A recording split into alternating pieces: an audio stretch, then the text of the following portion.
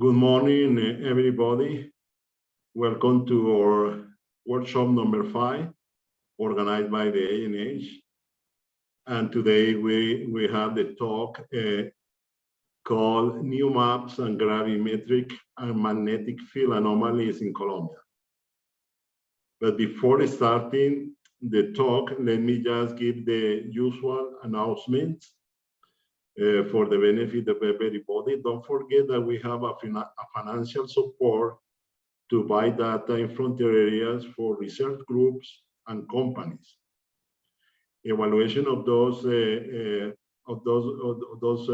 products have to be presented to the industry in the ANH technical workshops on Fridays.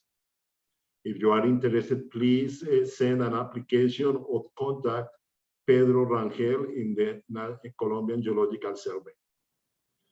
The second announcement, as usual, is that the last year students or professionals graduated recently could be find thesis programs and all projects to develop plus financial support. That is starting during the third quarter of 2022. And I think that the opening is May this year. So please contact Diana Rua in MinCiencias to get access to that information in more detail. Okay, so today we have our first talk in March. And it's a pleasure to have this talk today, New Maps of Gravimetric and Magnetic Field Anomalies in Colombia, organized and prepared by the Colombian Geological Survey during 2021. Next week, we have a very interesting talk in gas. You know that the agency is making a lot of emphasis in promoting the exploration of gas that, as you know, is the transition element or product for the future.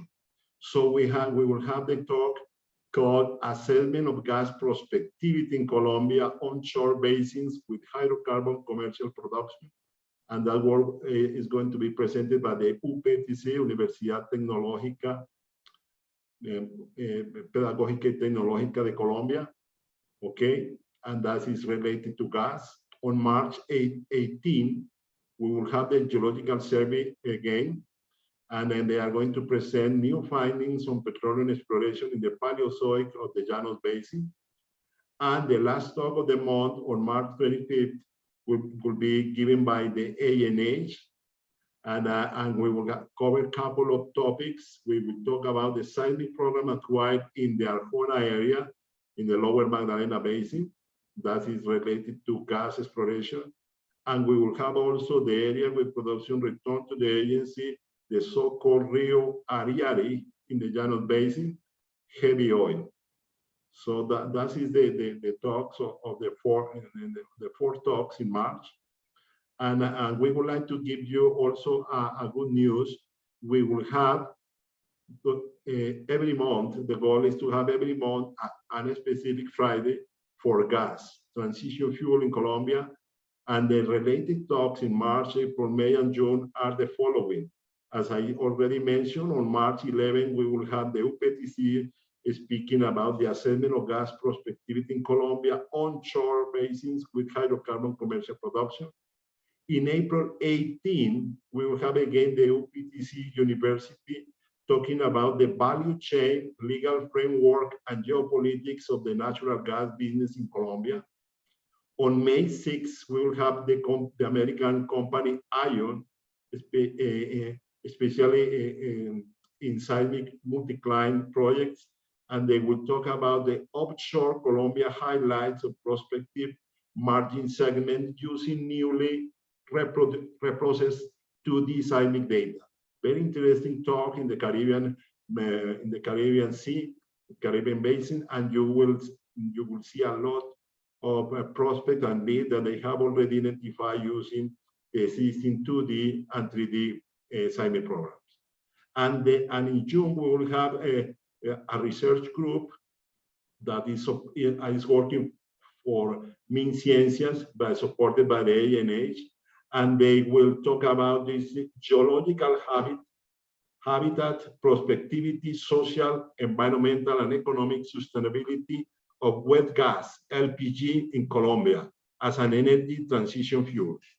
Okay, so we have very, how you say, 4 talks in gas and gas during the following months. So everybody is welcome to those talks. Just to give you an opening on those talks, something that, I'm sorry, just giving you an opening on next talk organized by UPTC regarding the Play Fair Way places where you can find gas in Colombia. I'm going to give you a briefing of the subject that they are going to mention on 1 week. So that is an example of one of the slides that they will show you in our next talk. This is the case. So they already identified 22 Play Fair ways of gas in Colombia in 7 basins. I mean, so that is the case of the Llanos, where they found 5 Play Fair ways there. You will see details of those during the talk. That is the case for the Middle Magdalena, where they identified 4 Play Fair ways for gas exploration in Colombia. 4 Play Fair ways were also identified in the Upper Magdalena Basin by that research group. 3 as well for gas in the Lower Magdalena Basin. 2 for gas as well in the Catatumbo Basin, and 1 in the Putumayo Basin, and 3 of them in the Eastern Cordillera Basin. Okay, so my message is don't miss those talks on gas. That is the transition product in Colombia, so don't mix those. And in addition to that, for sure, that you will identify as well where those Play Fair ways are located in relation with the land map of Colombia. So you can nominate areas based on that information that is going to be provided by that group next week. So let me summarize what we have done so far during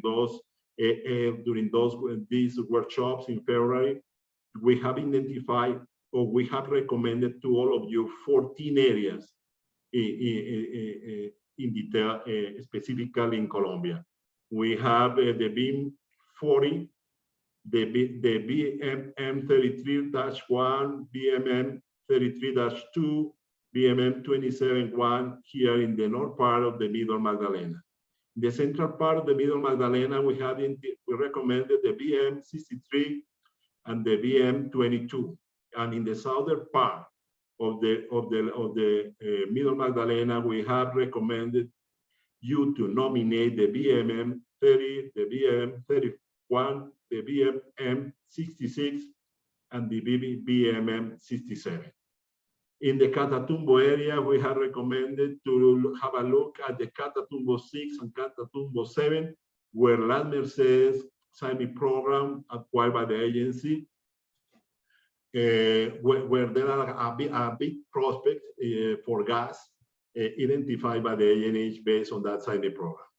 And during the month of February, we also recommended the CPO 7-1, where the Atarraya field is located, and also the CPO 1 that is where the Morichito field is located as well. Okay, don't forget that if you want to have access to all the presentations or all the recordings and the PDF of the presentation that have been given by the agency, you can address that. You can access that information. You addressing this in this specific directory. Is there? I think that Daniel, who is with me today, he can maybe put in the chat this specific address for all of you, so you can access all our technical talks, historical given by the agency this year, and all the recording of these presentations. Okay, today we have the pleasure to have here with us one of the most important professional and an expert in gravity magnetic in Colombia, and that is Álvaro Vargas. 1 minute, and now I have here his CV. 1 minute. Give me 1 minute. Well, Alvaro is a geologist and also a master in geology from the National University of Colombia. He has more than 20 years of experience in applied structural geology with emphasis on the design, collection, analysis, and interpretation and QC of information from potential fields and magnetotelluric methods. Alvaro was an interpretation advisor and technical manager of Carlson Helicopters, Inc. In the aerogravity division since 2006, he is a founding partner of Lithosphera Earth Science, where he has developed more than 58 successful exploration projects for the oil industry in USA, Canada, Colombia, Belize, Mexico, Guatemala, Ecuador, Peru, Brazil, and Argentina.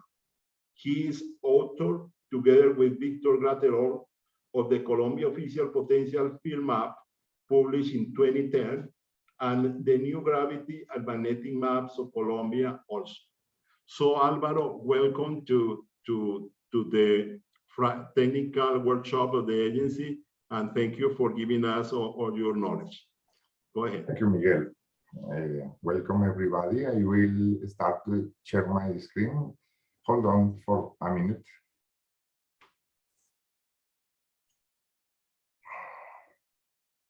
Okay, you are seeing the screen now? Yes, go ahead. Okay, perfect. Okay. Bueno. Welcome to the new Gravity and Magnetic Anomaly Maps of Colombia presentation. In the next maybe 40 minutes, I have the privilege and honor of showing you the process to achieve these products. This would not able be possible with the help and support of the National Hydrocarbon Agency and the Colombian Geological Service.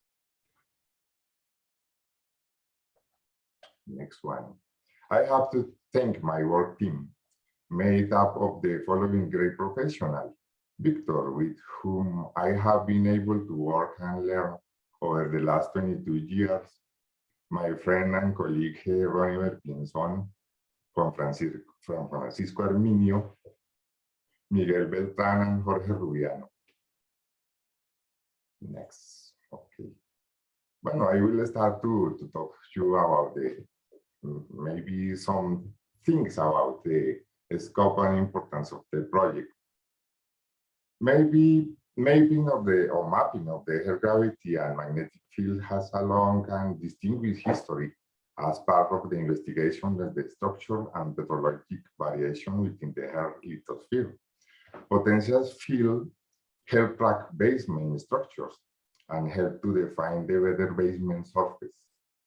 You use the potential fields information in order to help define the best surface of the basement Earth and its structures, respecting always the wells and seismic data. In the next slide, my comment is the next. Prior to 1950, observation of anomalies in these planetary fields has generally been focused on limited areas for specific mineral resources and geological objectives. The increasing availability of portable gravimeters and the development of aeromagnetic survey technology shortly after World War II, more or less, however, led to efficient and precise gravity and magnetic mapping of extensive regions. These regional surveys were conducted for the most part of our governmental organization, most often as a means of evaluation or stimulating the exploration of our Earth resources, like now. In Colombia and its limits, we are able to collect 45 airborne and satellite programs listed here, plus numerous terrestrial information. what am I going to show you now in the next slide. If you see in these maps, we can see the airborne coverage included on the left and the ground coverage on the right. Color programs are those made after 2010. Color intensity reflects the sampling density on the flight grid. Like this, for example, in red or in magenta colors or blue. In the terrestrial data, so you see in the right, is represented by dots. All this information was included in the new maps. Maybe every one of the airborne programs was processed one by one, respecting the specification of the acquisition and mixed together to make only one map reflecting that kind of information. Other kind of information is represented here. The marine areas were covered with satellite information. In the top of the left part of the slide, you see the satellite information. In the south, land gravity provided by the South American Gravity Project. And in the right, it's important to see all the magnetometry satellite coverage. It's necessary to include everyone here because the map is one integration of all kinds of information in order to see what happened in the subsurface of our country and what happened in other areas related by hydrocarbon. Here, for example, is necessary. This map is product of standardization of high resolution bathymetry collected by the ANH and complemented outside with satellite relief information. We work in a bigger area because it is necessary to include as much information as possible to avoid border effects in the maps, in the final maps. Here is very beautiful maps reflecting the Bouguer anomaly, Trier anomaly, and Bouguer anomaly maps of marine areas made from satellite data. In the next slide, we have all integration in gravity and magnetic information. When the potential field is more intense in the maps, it is represented with very warm colors, such as red. And when it's less, it is represented with cold colors like blue. Note, for example, the sharp boundary between continental and oceanic cross presenting the gravity map. This, as everyone knows, is due to the great difference between its density due to their composition. This gravity map made here shows you the signature on oceanic and continental crust. Subduction zone signature in that place, in that areas to the western part. And the Andes and the continental shield of cratons. In the right, the total magnetic intensity map reduced to the pole are product of the combination of satellite and airborne data and show you the complexity of basement composition mainly. It shows the major direction of the cortical structure inside the crustal basement. And the basement discontinuities are products mainly of very regional relief or riddle deformation type. It's important to see that maybe in these places in the right map, or the same thing in the same place in the gravity map. That signature represented in this map have major influence in the sedimentary structures on top. In conclusion, the Colombian regional potential field maps have a lot to tell us about geotectonics and basin evolution. In order to finish well this short presentation, I will show you examples of what we do with this information. Here in this slide, you see the Bugge map of the Amazonic basins. This is the total Bugge anomaly map. All Bugge map is the combination of two kinds of anomalies. The residual anomaly is produced only by the sediments, and the regional anomaly is produced only by the basement. Inside basement, you see the map. The total Bugge anomaly maps show a big gradient toward continent. It's suggesting where are the sediment zones. To find sedimentary accumulation inside basin, it is always necessary to invert gravity data at depth in real length measurements, as we will show you below. Sorry. In this map, you see all the shape of the basement inside the Amazonic area. Now it is possible to observe in blue colors where the largest sedimentary deposits are, which in the Bugge anomaly maps were not evident.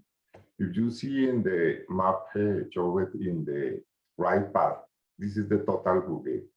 It's impossible to see the real shape of the cuenca like the Chiribiquete called here or Caquetá, because you are seeing only the structure of density in the subsoil. But it's important to result the gradient here, because if you see or you know all the our Western Cordillera is placed here. In the Cordillera is a lot of sediments, and a lot of sediments push down the basement structure.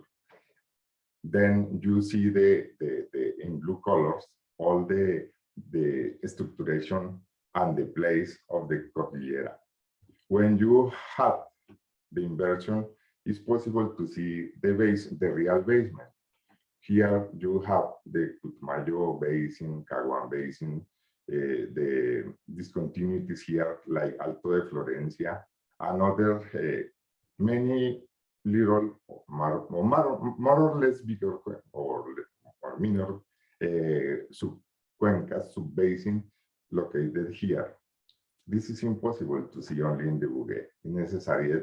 It's necessary to make a little processing about the data using wells and seismic to see the real situation below. In the next map here, this is an example of basement direct modeling using potential fields, wells and seismic. If you see below, there is the best possible seismic interpretation, which as can be seen toward the mountain area. The depth, the rock profile, and the density are known with the Unicornio well located here in the left place of the slide. But the information doesn't allow to determine the behavior of the faults. Above, the measured gravity and magnetism information has been taken in account, represented in points. Here, this is the magnetic signature, and this is the gravity signature, representing points. Then the subsoil has been modeled respecting all the information and calculating the estimated depth of the different horizons and the discontinuities of the fault using the potential field data. If you see carefully, here is impossible to follow the faults because the information is insufficient by this. But when you put all the information together in program modeling, is possible. Following only the gravity and magnetic signatures, make a model to present it very well the situation of the subsoil. Before we use only pencil and connect using lines and our criteria, the best modeling process. Now it's possible, respecting the signature of the gravity and magnetics, make a better models like this.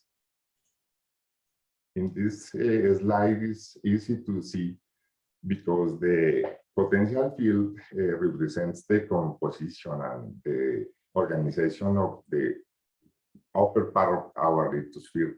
We can modeling very deep structures. Like this is a little cut made by from Francisco and me, located in the north area of Colombia, represent the best situation possible of the crystal in that area. And finally, I will show you the other example about the same thing, trying to get the best shape of the basin in the Caribbean data. We're using data in the Caribbean. Here is an example where the strong density contrast between two different types of crust prevent us to seeing the real shape of the sedimentary basin present. The gravity max shows only one strong positive anomaly in the Colombian basin located in the map in the right. Only after applying control points and making regional residual separation, we can observe the geometry of the entire basin and the adjacent ones. Like here, this is the Columbia Basin. If you see in the map of the right, it's impossible to see the basin because the strong contrast between all the oceanic density is really high compared to the continental density. In the map, you see the contrast. When you apply many processes described before, it's possible to see the real shape of the Columbia Basin is really deep. You see other basin here in Cayos. You see a little basin here in front of Panama, and the well-known basin in Colombia in the continental areas like Sinú, Guajira, and others. This is the most important tool to know the real shape of the basin here. And our maps made this year is the initial data to do that. Okay, that is all for now. Many thanks for your attention. And the image will take the next part of the presentation. Thank you so much. Thank you, Alvaro, for that excellent presentation. Now, I think just left the reminder of what Miguel presented at the beginning. So I'll start sharing my screen for a sec.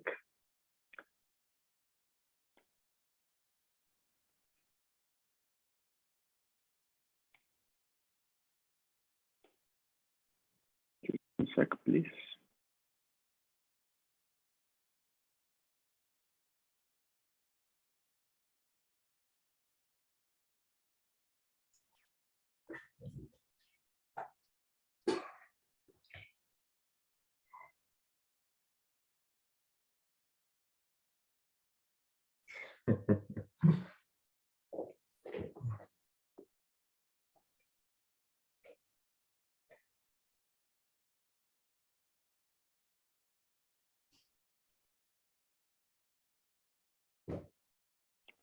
I'm having some issues to present my screen. Just give me a sec.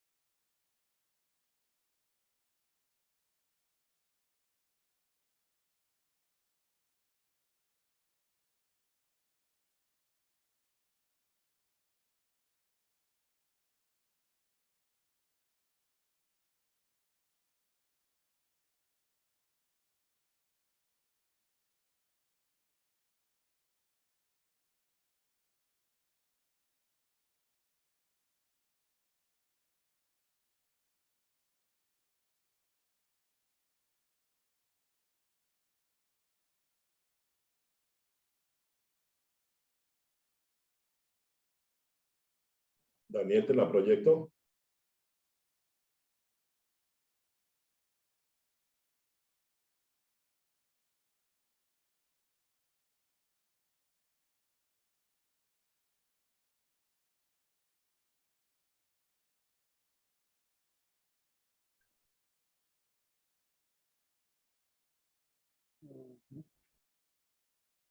Daniel, ¿quieres que te lo proyecte? Yeah.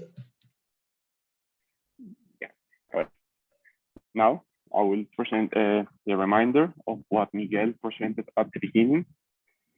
Just remind you all that the presentation that we had today was the new map of gravimetric and magnetic field anomalies of Colombia. That's quite important for all the people that are exploring hydrocarbons and designing 2D seismic and 3D seismic. So the next thing that we were going to present is that the news that we presented at the beginning, that now the ANH will have financial support to buy data in frontier areas for research groups and companies. Evaluations results have to be presented to the industry into the ANH technical workshops. Applications must be submitted to Pedro Rangel into the Colombian Geological Service. Last year students or professionals graduated recently could find thesis programs and or projects to develop flush financial support. That's going to be applying into the third quarter of 2022. Please contact Diana Rua into MinCiencias for any further information. So here at March, here today, we presented the new maps of gravimetric and anomaly and magnetic gravimetry and magnetic field anomalies in Colombia by the Colombian Geological Service. Next week, at the 11th of March, we will have the UPTC University with the workshop number 6 with the assessment of gas prospectivity in Colombian onshore basin with hydrocarbon commercial production by the UPTC. Into 15 days, we have into the 18th of March, the Geological Colombian Service with the workshop number 7, new findings on petroleum exploration into the Paleozoic of the Llanos Basin. At the 25th of March, we have the number 8 that is going to be presented by the ANH with the seismic program acquired into the Arjona area at the lower Magdalena Basin with a prospectivity or with an objective into gas. And as well, we will have the presentation by area with production returned to the ANH, Rio Ariari, into the CPO areas, into the Llanos Basin. We will have as well the gas talks that are going to be presented into March and April. First one, we'll have the UPTC. We'll have the UPTC as well into April 8th. And into May the 6th, we'll have offshore Colombian highlights of prospectivity emerging segments using newly reprocessed 2D seismic data. As well, in June the 13th, we'll have the MinCiencias research group with the geological habitat, prospectivity, and social, environmental, and economic sustainability of wet gas into the Colombia as an energy transition fuel. And this is the related talks. As well, we have assessment of gas prospectivity in Colombia.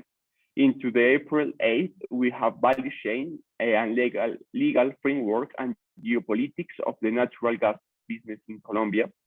Into the May 6th, we have the presentation by the company ION, that is the seismic multi-client, that we will have offshore Colombia highlights of prospectivity margin segments using newly reprocessed 2D seismic data.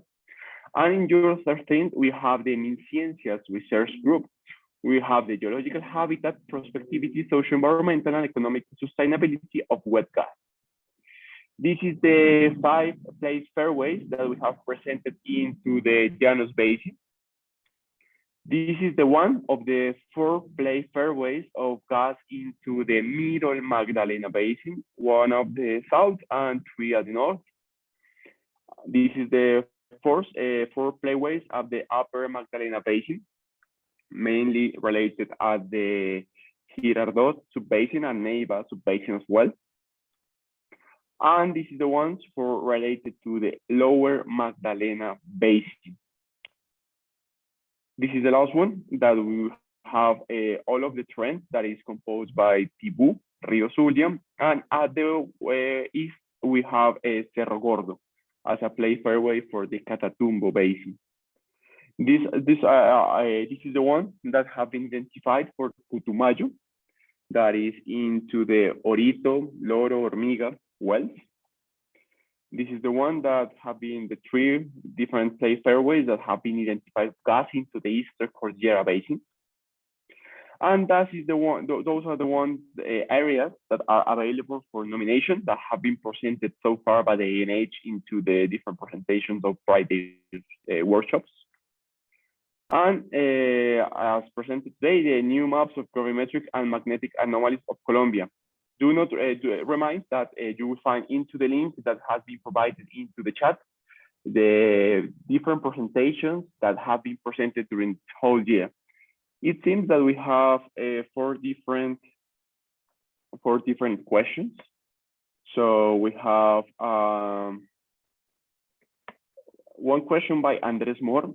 Muy buena presentación. No vi la presentación desde el principio, pero hay un mapa de cobertura de datos enseñando la distribución y densidad de las líneas o puntos de medición de la gravimetría. Si de pronto Álvaro nos puede colaborar con esta pregunta. Oh, por supuesto. Permíteme, ya le muestro el mapa de nuevo para que lo podamos discutir un segundo. Perdón, un segundo. Daniel, mucha gente quiere volver a ver la dirección donde puede ver las presentaciones y al final lo puedes hacer, por favor.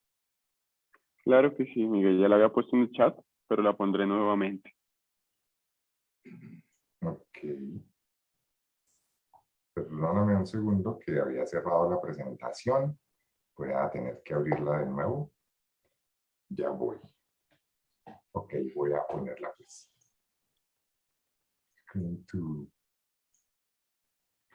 Bueno, creo que ahí está viendo la presentación, ¿sí? A ver. Este es el mapa que se refiere Mauricio, me parece. ¿Y me puedes recordar qué es lo que quieres saber? La pregunta de Andrés Sí.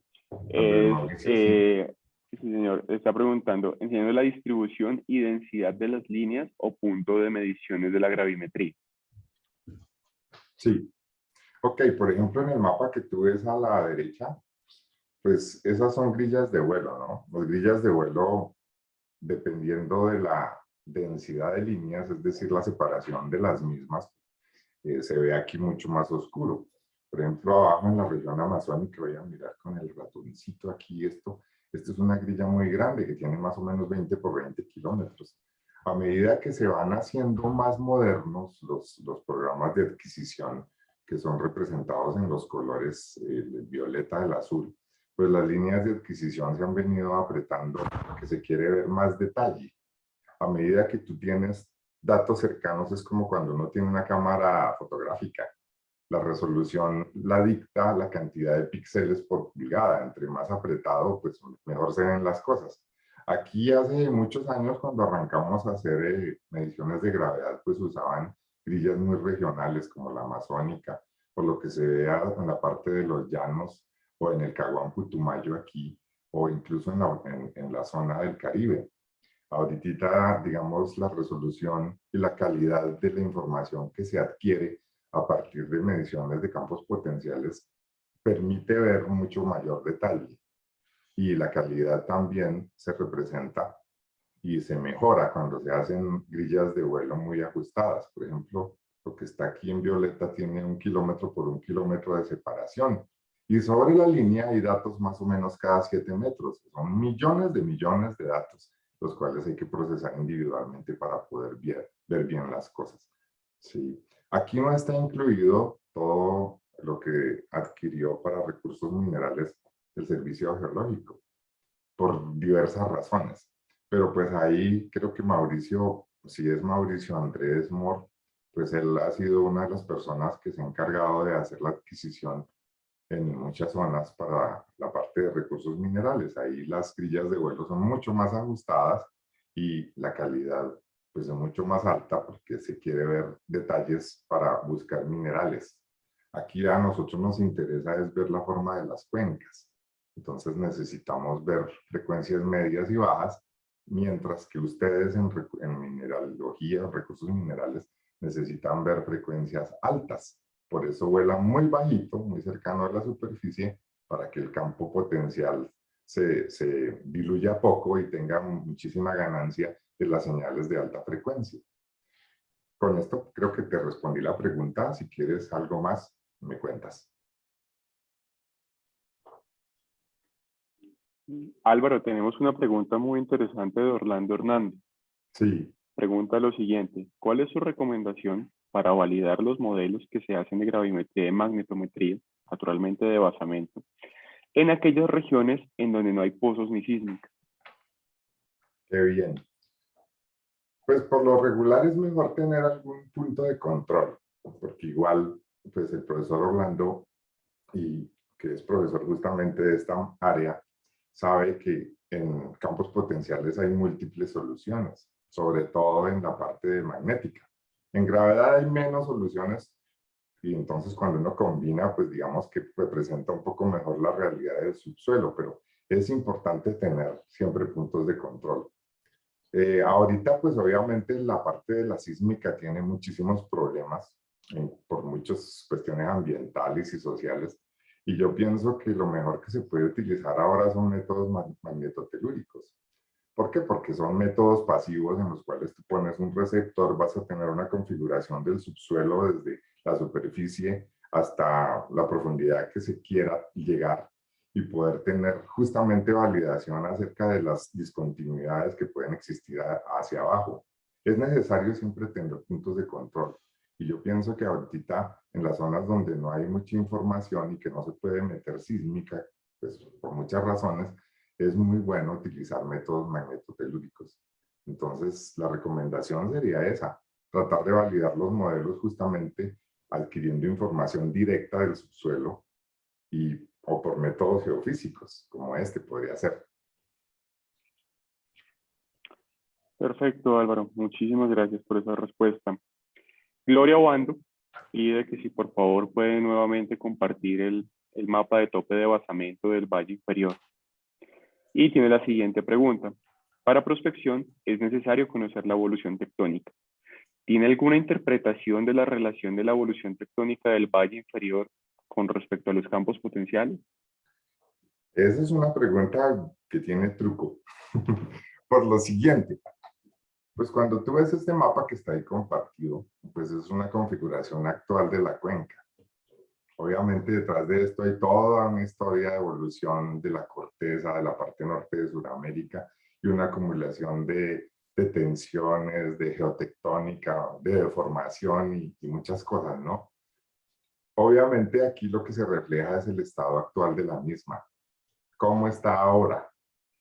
¿Cómo llegó? Eso ya tiene que ver con el proceso del conocimiento y mucha información que se pueda tener a partir de muchas otras fuentes, ¿no? De la petrología, de hacer estudios geotectónicos, de hacer pues la geología regional como tal, para poder determinar qué pasó y qué hizo que se llegara a esta configuración. Obviamente cuando uno tiene una cuenca aquí, pues uno sabe que existe un hueco, por decirlo así, lleno de sedimentos, que tiene algún potencial exploratorio para alguna cosa. Pues para nosotros nos interesa el hidrocarburo aquí, todos los que estamos hablando, y algunos la minería. Pero ahí pues hay que tener en cuenta cómo es la roca generadora, si hay roca generadora, cómo fue el proceso deformativo, cómo pues, si dentro de ese proceso deformativo hubo mecanismos de migración, etcétera, etcétera. O sea, realmente con el campo potencial podemos saber es cómo es la forma de la cuenca y qué potencial sedimentario puede haber ahí, ¿sí? ¿Cómo podemos definir cosas geotectónicas? Sí lo podemos hacer. Por ejemplo, cuando yo les voy a mostrar este mapita, pero perdón, me devuelvo. Cosas como esta, ¿no? Aquí ya tenemos un corte en el cual se integran dos cosas, que es la señal magnética, que esa viene siempre de la configuración del basamento. O sea, esto rosado, cuáles son sus características, no solamente de densidad que se ve en la gravedad, sino también de susceptibilidad magnética que se ve en el magnetismo. Y uno puede encontrar que existen diferentes cuerpos que se adosan, a veces unos intruyen a otros, cosas por el estilo, y que hacen que la corteza se comporte y se adapte en el tiempo. Uno puede, con un corte así, pues empezar a retrodeformar y a tratar de decir qué fue lo que pasó. Entonces, digamos que esto es una herramienta importante para poder hacer este tipo de reconstrucciones. No sé si te respondí bien la pregunta o puedes contrapreguntar. ¿O me faltó Gracias, algo? Álvaro. Continuamos con una pregunta de María Marín. Pregunta, ¿ha sido posible detectar fallas profundas con estos nuevos mapas y Sí, análisis? claro que sí. Sí es posible detectar fallas profundas. Sí, pues digamos que ahorita el mapa que tenemos pues es lo mejor que existe y es la reunión de toda la información adquirida hasta el año pasado. En el anterior mapa que tuve el privilegio de hacer con el doctor Graterol hace 10 años, pues se mostraba una serie de discontinuidades y se podía hacer un modelamiento de cómo son, digamos, las inclinaciones de las grandes fallas en Colombia.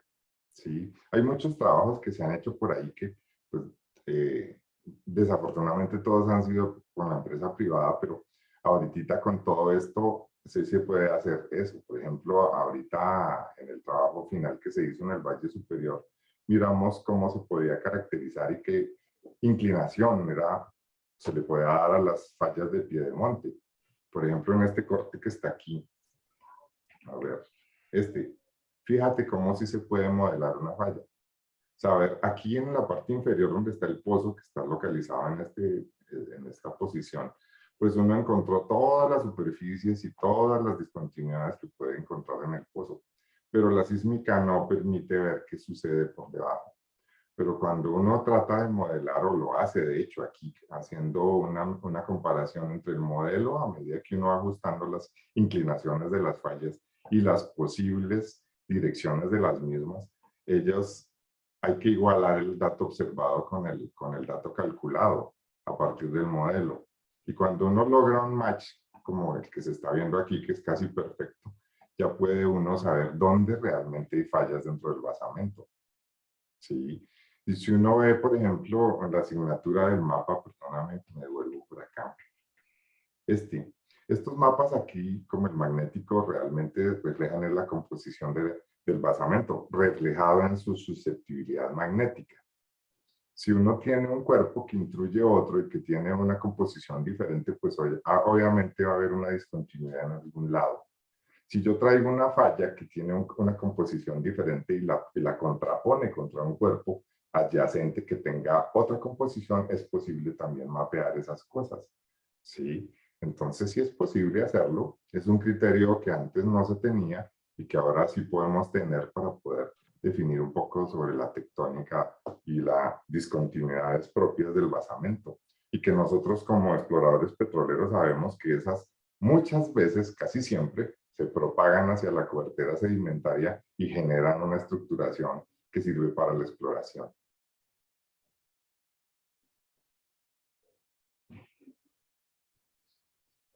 Gracias, Álvaro. Hay una pregunta que de una vez se puede hacer la pregunta junto con la de Daniel Bello, y es la siguiente. Preguntan, ¿el mapa como tal estará disponible públicamente? Y la otra que pregunta Daniel Bello es que si el grid como tal estará público pues para descarga, si ese XYZ, tanto de basamento como de los mapas de Bugey y de anomalía de la parte de campo magnético, estará pues disponible. Ok. Bueno, esa pregunta, pues pienso que sí. Es decir, nosotros como autores del mapa, pues le entregamos estas cosas al EPIS, que es el Banco de Información Petrolera, y ellos se encargan de hacer la distribución. Yo sé que tienen unas políticas y un protocolo que hay que seguir cuando uno es un usuario. De hecho, yo lo sigo cuando necesito información de un nuevo sorbe o cosas por el estilo para poder integrar. Pues uno va y mira cuáles son los requisitos, hace su solicitud y le entregará a uno lo correspondiente. Obviamente estos mapas ya están disponibles. No sé cuándo los vayan a colgar en la página, pero pienso que lo que es la parte gráfica es inmediato. Sí, sí, deben estar disponibles. De hecho, pues esto se entregó hace ya un mes aproximadamente. Pues ya, digamos, vendrá el protocolo de revisión del Banco de Información Petrolera y luego habrá un protocolo para ponerlo al público, pero pues en principio siempre son accesibles, ¿no? Estas grillas, por ejemplo, la de gravedad tiene 500 por 500 metros, entonces es muy grande y dependiendo, creo que es que cuando usted quiera pedirlo, pues no se lo van a dar todo, pero sí tiene que pedir, digamos, el recuadro del área que le interese y ahí le entregarán la información. Nosotros, de hecho, hicimos un programa de consulta que pues, usted coloca un cuadrángulo, un rectángulo del área de interés y le extrae la información porque la base de datos es enorme. Entonces es inmanejable. Es necesario tener un programa de consulta y eso ya lo tiene el EPIS. Entonces, pues sí, debe estar disponible porque esta es información pública y pues es toda la información que se ha adquirido a lo largo de todos los años y debe ser usada por nosotros. Gracias, Álvaro. Tenemos dos preguntas. Una, primero, buena presentación. Y en su concepto, ¿qué mecanismos de falla dan origen al levantamiento? Si de pronto alguna inversión de las fallas de los diferentes altos de basamento en la cuenca Caguán-Putumayo. Ay, esto está buenísimo. Espérate, vamos a mirar el mapa. Como estos, me imagino, ¿no? Sí, claro que sí, hay mucha tectónica de Riedel identificada en esta zona, ¿no? Pues sabemos que aquí en la parte norte de Sudamérica es bien complejo el tema de la geotectónica.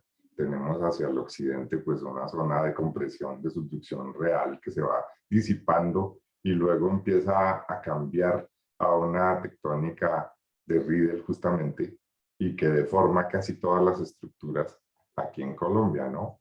Pues eso se puede ver muy bien en el mapa, permíteme a ver, lo puedo colocar, el mapa grande, sí, en lo cual usted ve que aquí hay un montón de discontinuidades curiosas en la magnetometría, ¿sí? Uno viene siguiendo, por ejemplo, esta línea y por aquí se intercepta con esta otra que viene en esta dirección y va desplazando las estructuras, los va desplazando. En total uno ve que toda la parte norte se mueve hacia allá, hacia el noreste, y pues un movimiento relativo, la parte sur se mueve en un sentido opuesto. Todo esto pues obviamente genera una complejidad muy grande dentro de todo lo que es basamento y cuencas. Obviamente esto es una estructuración actual, lo que estamos viendo ahorita, ¿sí? Cuando uno va a mirar pues el mapa abajo como este, pues ya sabemos que hay muchísima tectónica de inversión en todas estas cuencas y es lo que se domina y es dominante ahora. Cuando uno trabaja también hace perfiles sobre lo que es la cordillera, pues uno se da cuenta de que son unos procesos de expulsión del basamento estilo flores enormes como lo que se puede ver en este corte. Si yo hago esto es simétrico hacia el otro lado, hacia la parte del Valle Superior del Magdalena. ¿Y cómo interpreta esto? Sencillamente como un basamento que se va extruyendo, que es el producto justamente de toda la diversidad de esfuerzos que vienen desde la parte de la tectónica regional. Entonces la respuesta es sí, claro, hay mucho mecanismo de inversión actual ahora y también está condimentado con unos procesos también de tensión en ciertos sitios y en otros sitios pues de presión. O sea, tenemos cuencas bien complejas. No podemos pensar que esto es tectónica exactamente igual a la de las Rocky Mountains, porque aquí no es igual. Nosotros tenemos en el Caribe un proceso de expulsión hacia la parte oriental de todo el Caribe y tenemos una zona de subducción real en las Antillas, mientras que en este lado la tenemos exactamente al borde de los Andes, hacia el occidente. Todo eso es complejo y hay que estudiarlo con calma. Hay muchas ideas, incluso en el Caribe, que bueno, se han venido vendiendo siempre como si fuera un proceso subductivo. Sí y no. De pronto hubo un proceso subductivo. Ahora no es muy claro. Uno puede pensar muchas cosas. Por ejemplo, acá, porque fíjense que hay unas fallas enormes que hacen que libere tensión, como esta, la de Oca, la parte de la Guajira, que quisieron representadas muy bien. Sí, incluso en el Bugué también se ven perfectamente esas discontinuidades. Sí, la de Bucaramanga, Santa Marta, cosas por el estilo. Esto es complejo. Uno no se puede casar con que solamente es un modelo o de una o de otra forma, ¿sí? Subducción, puede que sí, puede que no, puede que la hubo antes, de pronto ahora es pequeño, no sabemos. Pero sí hay muchos indicios de que dicen que pues, aquí realmente lo que sí se ve, ya, incluso en los datos de GPS, es que toda la parte del Caribe se mueve hacia el noroccidente comparado con lo que sucede en la corteza continental. Si yo tengo una densidad de la corteza del Caribe que es menos densa que una densidad oceánica real, tiene una flotabilidad mayor. Entonces es muy difícil que subduzca, empezando por ahí. Pero puede ser que subduzca. Eso es una situación que hay que estudiar con más calma.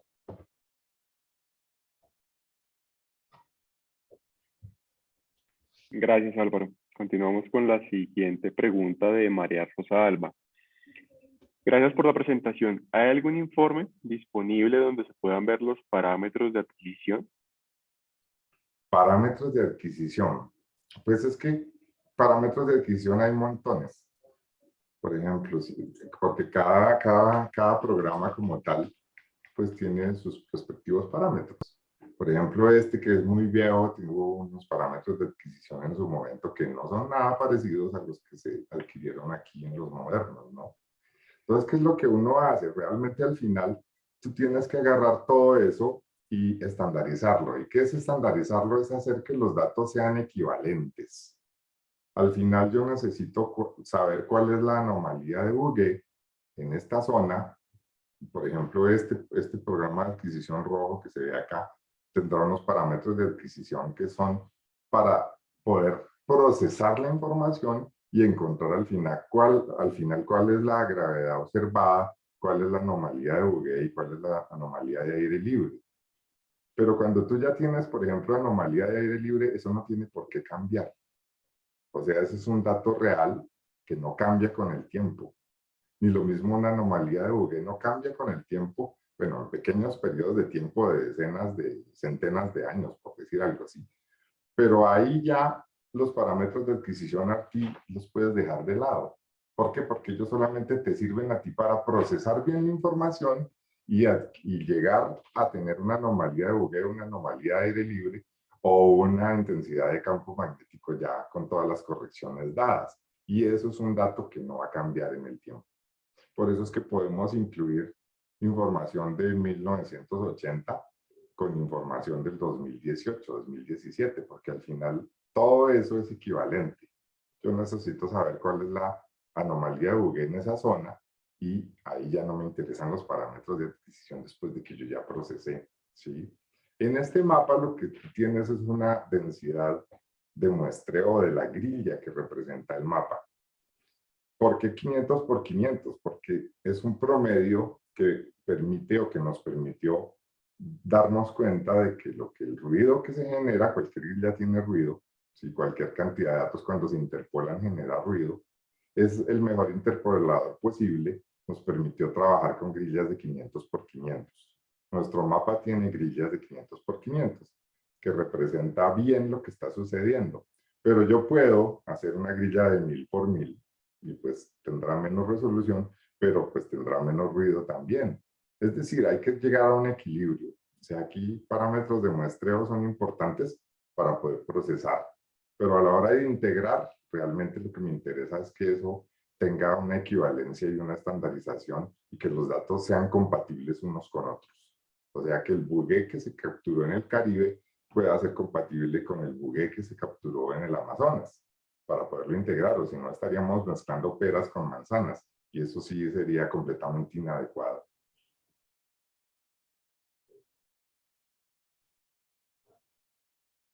Ok, Álvaro, tenemos de las últimas preguntas porque ya estamos un poquito cortos en tiempo. Sí. Es nuevamente de Gloria Obando. Los Okay. mapas de campos potenciales que presentan, ¿tienen entonces diferencia de densidad de datos? Si es así, ¿los datos están integrados solamente por datos aerogeofísicos? ¿Y No. cómo están usando los datos satelitales? Ok, mira, pues este mapa aquí, como les expliqué en la presentación, es una integración de varias fuentes, ¿no? Una es esto que está aquí a la derecha, que son las grillas aerotransportadas. ¿Qué ventaja tiene una grilla aerotransportada? Que es muy homogénea. y me permite tener una distribución de información en el espacio mucho más adecuada, o sea, los datos están muy seguidos, yo puedo interpolar fácilmente. Y es la base para hacer el mapa realmente, esto que está aquí a la derecha. ¿De qué depende la grilla o al final la grilla de datos resultante? Pues de la distribución de la información, realmente. ¿Por qué? Porque, por ejemplo, hacia el sur tengo una distribución muy grande, muy regional. Mientras que aquí en esta zona, pues tengo una distribución más apretada de datos. Yo podría, y de hecho se puede, a la hora de hacer una interpretación, cuando yo voy a trabajar una zona, aquí donde tengo una gran densidad, pues genero una grilla muy densa para ver mucho detalle. Pero realmente estos mapas que tienen una escala 1 en 3 millones, lo que queremos es mostrar de que existe información, de que se puede trabajar esa información, de que con esa podemos trabajar a cosas muy regionales, porque estos mapas son para ver cosas muy regionales a nivel de cuenca, pero también existe una base de datos de soporte que si yo quiero ver detalle, pues tendría que yo irme a ver donde de verdad hay una distribución de información que me permita ver en detalle. Por ejemplo, en la zona del Valle Inferior del Magdalena podría haber yo mucho detalle, que no podría haber en la región amazónica. Es claro eso, ¿sí? O sea, es posible y la idea de los mapas es mostrarle a la gente dónde hay información teniendo en cuenta esta distribución. Digamos, además de eso se integró información terrestre, que es la que está aquí mostrada hacia la derecha. Si ustedes se dan cuenta, pues la información terrestre está restringida hacia la parte noroccidental de Sudamérica. Tiene cosas con Venezuela y en Colombia también. Y no está regularmente espaciada, ¿sí? Pero si yo combino los dos, porque al final a mí me interesa es la gravedad UG, que es equivalente, pues yo complemento la información y voy llenando en sitios como estos blancos donde no tengo nada para poder ir construyendo un mapa que represente qué es lo que pasa. También se metió toda la parte del cubrimiento satelital. El cubrimiento satelital, pues aquí está descrito cuáles son, ¿sí? Tiene una gran virtud y es que funciona bien para las áreas marinas, pero para las terrestres no. ¿Por qué? Porque como hay tanta inhomogeneidad en la corteza y realmente es un satélite, él es susceptible a la atracción gravitacional que ejerce la corteza ahí. Entonces, cuando entra a la parte continental, él empieza a cabecear. Y entonces genera mucho ruido en información. Pero en las áreas marinas es muy bueno. Entonces, nos sirve a nosotros para poder ver qué pasa en las áreas marinas. ¿Sí? Lo mismo sucede con el magnético. Si miras ahí en el mapa que está en la parte inferior izquierda, realmente es representativo solamente de áreas marinas. Nosotros agarramos todo, bueno, esto es topografía. Agarramos todo y procesamos aparte. Aquí tenemos gravedad, solamente desde información satelital, y podemos ver qué pasa en la corteza oceánica. Listo. Nosotros antes no teníamos eso aquí. Fíjense que los datos son solo terrestres. Aquí ya tenemos para adicionar qué sucede en la parte marina. ¿Sí? ¿Y qué me falta? Toda esta parte por aquí que no tenemos data de otra gente. Entonces ahí fue donde utilizamos toda la gravedad terrestre del Sudamerican Gravity Project, que se hizo en el 88-91. Obviamente tiene una resolución diferente, pero lo que nos interesa es poder integrar y ver qué sucede y hacer un mapa muy regional que nos muestre lo mejor posible cómo son los campos potenciales en nuestro país. Esa es la idea de estos mapas. Entonces, siempre que vayamos a consultar, tenemos que tener en cuenta la densidad del muestreo, porque aquí en el mapa algunas cosas son con una interpolación muy fuerte, donde no hay información, donde la información es escasa, mientras que en otras, como en el Valle Inferior, cosas por el estilo, pues tenemos muy buena calidad de información. ¿Sí? El propósito de los mapas es decir dónde hay información. Y sí hay un informe de soporte en el cual le dice a la gente cómo se hizo esto, y están estos mapitas que son muy importantes tenerlos claros a la hora de poder solicitar información. Si yo quiero ver estructuras aquí en el Amazonas pequeñas, pues no las voy a ver porque la densidad de muestreo no me lo permite, pero sí me permite ver cosas muy regionales que son justamente lo que tratamos de hacer aquí, ¿sí? Para definir forma de cuencas como tal. Esa es la respuesta para ti. Listo, Álvaro, muchas gracias. Seguimos tenemos una declaración de Jairo Cuellar para que todos lo puedan ver en el chat con respecto a algunos datos de satélite. Sí. Está Daniel Bello, que dice: ¿se han cotejado o se han tenido en cuenta los resultados de la interpretación con los campos o estructuras probadas? Sí, hemos hecho eso para, por ejemplo, cuando estábamos con Pacific y Rubiales, se hizo, uno de los primeros trabajos fue justamente hacer el tema del Alto de Sicuco. Luego se hicieron algunas otras cosas ahí en donde justamente el área de Rubiales, con eso se pudo tratar de, o bueno, contribuyó a poder definir un poquito de lo que era Kifa y cosas por el estilo. Juan Francisco se acuerda bien de eso, porque él estaba trabajando allá. Entonces, digamos, cuando los campos o los datos tienen la suficiente resolución para poder ver cosas de detalle, claro que contribuyen y sí se ha podido hacer bastante de eso. Sí. Pues digamos que cuando no hay información de nada, pues es importante saber y estimar la profundidad de las cuencas para poder meter mi sísmica, es decir, a dónde tengo yo mayores espesores sedimentarios y cosas por el estilo para poder saber y para poder planear muy bien la exploración.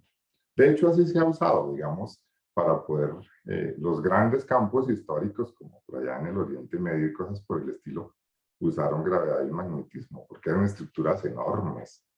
Pues ahora, como todo eso enorme ya se ha gastado y se ha explotado, pues utilizamos métodos más finos, ¿no? Sí. Y sí, se puede trabajar cuando tenemos mallas de adquisición fuertes. Ahora se está trabajando en mallas de 500 por 500 grillas de vuelo. Y pues dependiendo de las consideraciones geológicas, se tiene que hacer un modelo de adquisición y se tiene que planear un programa de adquisición que refleje o que me permita ver lo que yo quiero ver dentro de un bloque exploratorio. De hecho, casi todo ese mapa que ustedes vieron ahí de cubrimiento, la gran mayoría que no son de índole regional han sido hechos por compañías exploratorias y que he tenido el privilegio de participar. Entonces ahí se modela, miramos qué es lo que se quiere ver y se hace un tamaño adecuado de grilla y de especificaciones de adquisición que nos permitan contribuir a conocer qué sucede en el subsuelo.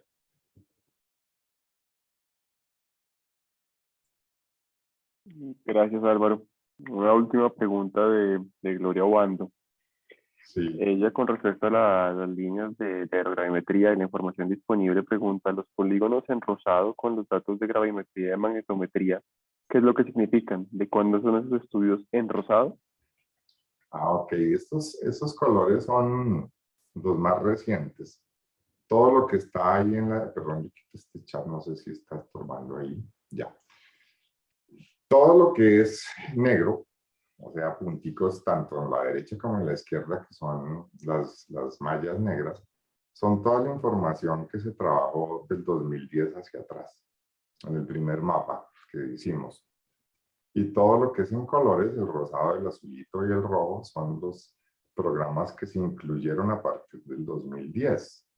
Entonces, rosados son programas que se hicieron por la Agencia Nacional de Hidrocarburos, creo que en el 2012, 2014 y 2017, que tienen unas especificaciones mucho más fuertes en el sentido de que las mallas de vuelo son bien apretadas, son de 1000 metros por 10 kilómetros las líneas de cruce, y los datos sobre la línea son más o menos cada 7, 8 metros.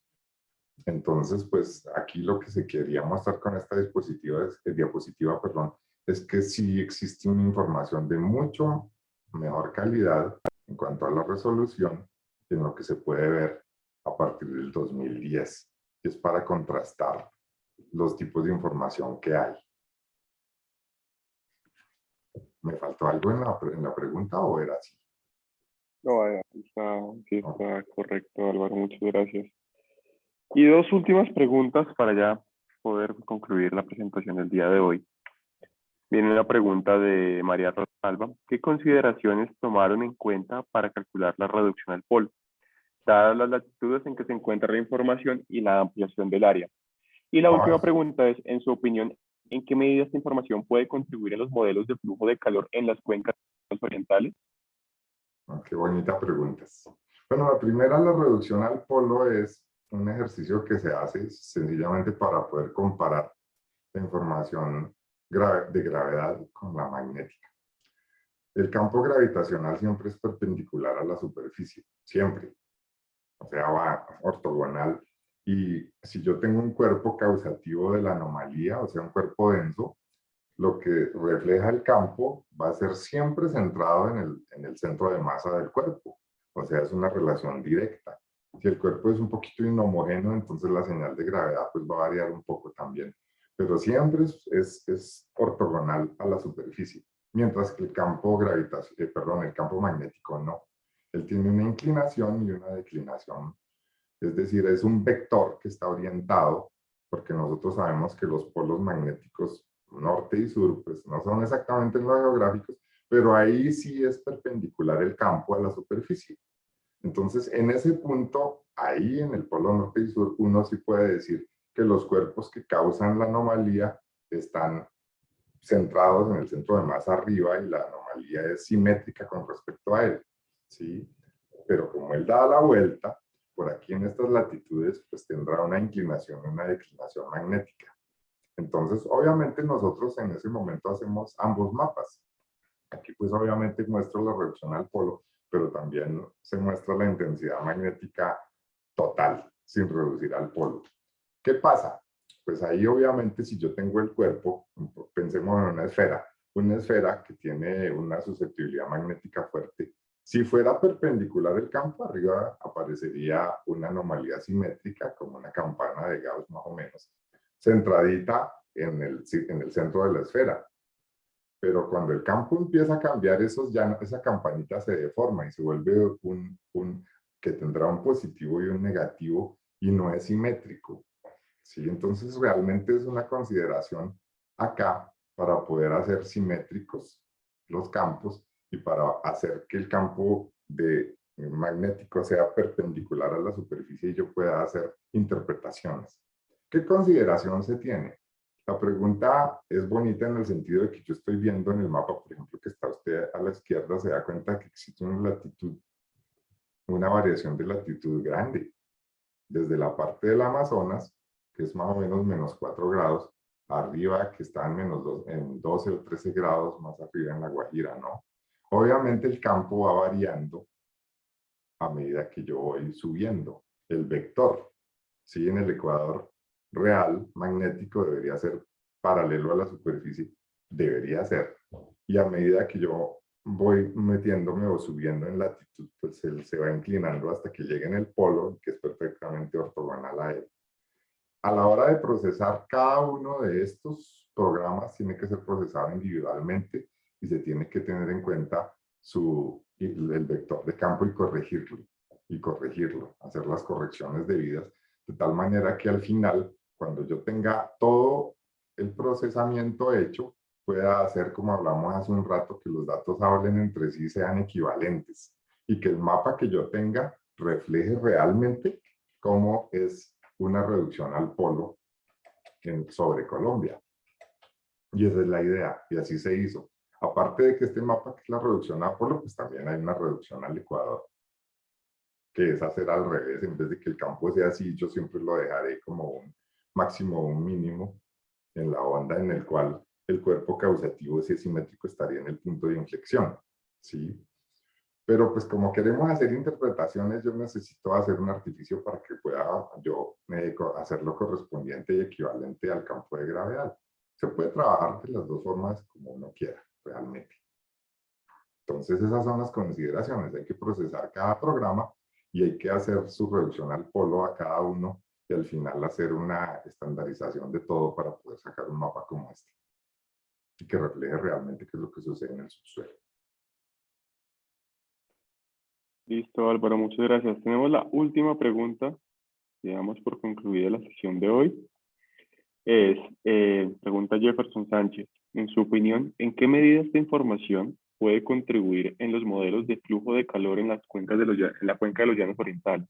Ah, bueno, esa me olvidaba. Sí, señor. De hecho, Ya hicimos un ejercicio hace 2 años ahí, por poder saber cómo es el flujo de calor, sencillamente. Una de nuestras empresas exploratorias pues, patrocinó un estudio en el Valle Medio para poder saber o determinar un procedimiento para saber cómo es el flujo de calor. Eso se hace a partir de los datos magnéticos. ¿Por qué? Porque hay un concepto físico, y es que cualquier cuerpo que tenga una susceptibilidad magnética, a medida que yo lo caliento, va perdiendo esa capacidad hasta que se desaparece. ¿Sí? Eso se da más o menos en la corteza, más o menos en los 560, 570 grados centígrados. Entonces, la teoría que se aplica es que a qué profundidad yo podría tener el origen de ese campo potencial. Y si uno resuelve esa pregunta, pues encuentra una profundidad. Y si sabe cómo es esa profundidad y sabe ahí cuál es la temperatura estimada, tendría que tener en cuenta cómo es justamente eso, cómo se propaga la temperatura hacia la superficie. Eso lo hicimos hace ya unos 3 años con unos buenos resultados. De hecho, ahorita estamos haciendo un trabajo no para la cuenca de los llanos, pero sí para la parte del Valle Superior, que es un poquito más dificultosa, pero pues se puede trabajar así. En los llanos es muy fácil, realmente, porque las grillas son muy homogéneas y hay información como tal, y uno puede hacer esos cálculos. Entonces, es decir, ¿a qué profundidad yo tengo el origen de la señal magnética? Cuando arranque en esa profundidad, voy a suponer que existe ahí una temperatura alrededor de 560 grados. Luego lo que tengo que tener es cuenta, y bueno, ¿y cómo se propaga hacia la superficie? ¿Por dónde se va? Si hay cuerpos diferentes, pues nosotros sabemos que hay unos cuerpos que permiten más fácilmente el flujo de calor que otros. Entonces necesitaremos saber la distribución de todas esas rocas, ver cómo se comporta realmente el calor o cómo se difunde a partir de ellas. Y lo más importante, ¿cuál es la verdadera temperatura del suelo? Sí.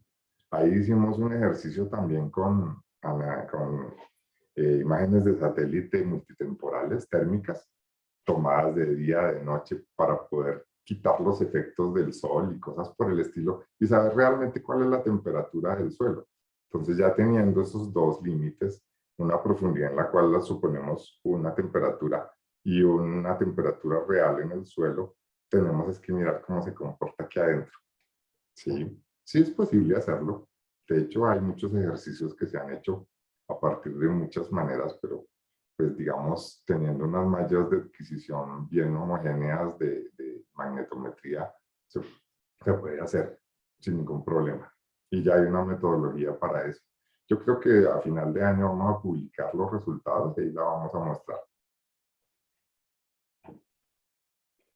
Listo, Álvaro. Muchísimas gracias por esta presentación. Muchísimas gracias por responder las preguntas. A todos los asistentes por las preguntas, por estar ahí. Y nos vemos dentro de 8 días con la presentación de la UPTC sobre la evaluación de prospectividad de gas en las cuencas onshore de Colombia. Muchas gracias a todos. Muchas gracias por su atención. Cualquier cosa me escribe.